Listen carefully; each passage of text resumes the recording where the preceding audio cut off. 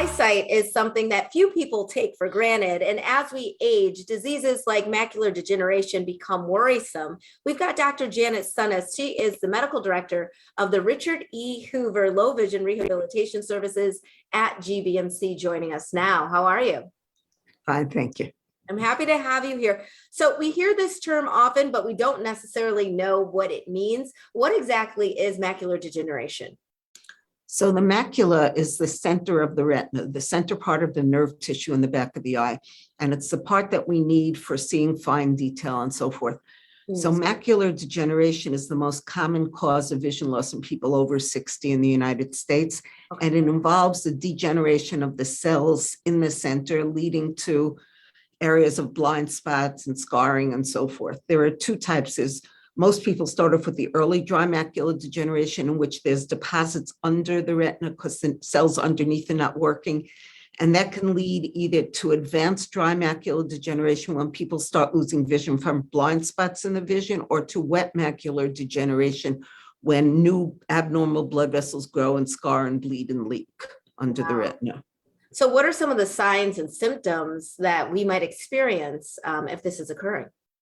So first of all, your peripheral vision, the side vision, stays normal. So people are not bumping into things or anything like that.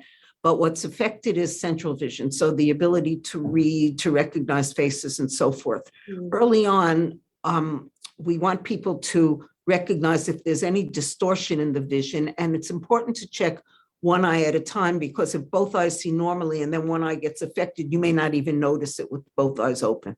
Got it. Okay. So what, if anything, can we do to prevent macular degeneration? So the chief thing that a person can do is to stop smoking if they smoke, because smoking, as it affects the rest of the body, affects the eyes and increases the risk of macular degeneration. Beyond that, it's hard to say that there are specific supplements that help. A good diet that's rich in colored vegetables, carrots and peppers and eggplant and good things like that. People also think that the supplements lutein and zeaxanthin, which are found in things like sweet potato, squash, and so forth, may benefit the development of macular degeneration. And for people who already have early macular degeneration, like normal vision, but they still have these deposits under the retina, there's a set of medications or vitamins and supplements that may be beneficial for them.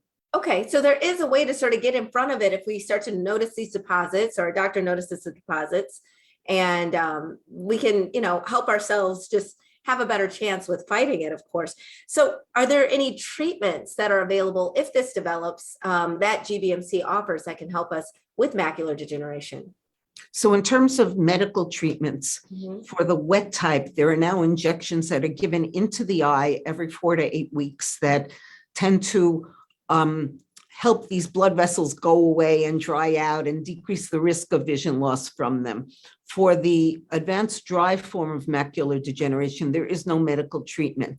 But for all macular degeneration, as well as all vision compromising diseases, there always is low vision rehabilitation, in which what we do is we try to help people use their vision the best that they can to do the best that they can do in what they want to do. And we're very successful in that. It gives us a lot of satisfaction to do that. That is wonderful. Dr. Sunus, we really appreciate all this information. Anything else that you want to add?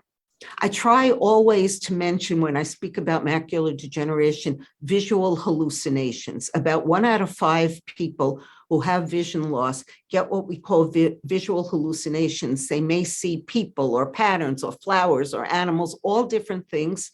And it's thought that it's the brain is trying to compensate for input it's not getting from the eye. And it's important for people to know about that so they don't think they're going crazy.